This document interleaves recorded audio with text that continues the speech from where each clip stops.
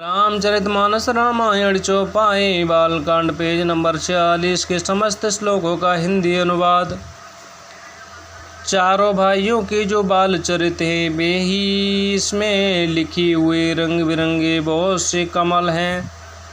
महाराज श्री दशरथ जी तथा उनकी रानियों और कुटुंबियों के सत्कर्म पूर्ण ही भ्रमर और जल पक्षी हैं।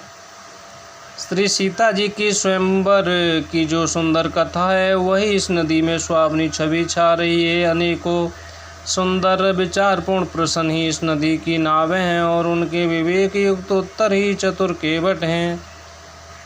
इस कथा को सुनकर पीछे जो आपस में चर्चा होती है वही इस नदी के सहारे सहारे चलने वाले यात्रियों का समाज शोभा पा रहा है। परशुराम जी का क्रोध इस नदी की भयानक धारा है और श्री रामचंद्र जी के श्रेष्ठ वचनी सुंदर बंधे हुए घाट हैं। भाइयों सहित श्री रामचंद्र जी के विवाह का उत्साह ही इस कथा नदी की कल्याणकारिणी बाढ़ है जो सभी को सुख देने वाले हैं। इसके कहने सुनने में जो हर्षित और पुलकित होते हैं वे ही पुण्यात्मा पुरुष हैं जो प्रसन्न मन से इस नदी में नहाते हैं।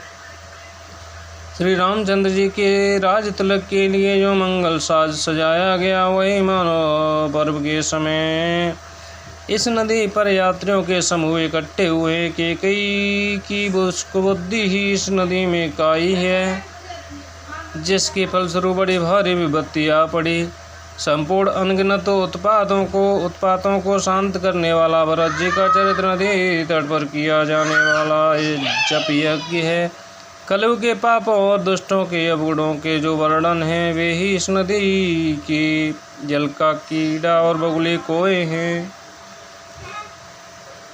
ये कीर्ति रूपणी नदी 6 ऋतुओं में सुंदर है, सभी समय पर परम सुहावनी और अत्यंत पवित्र है।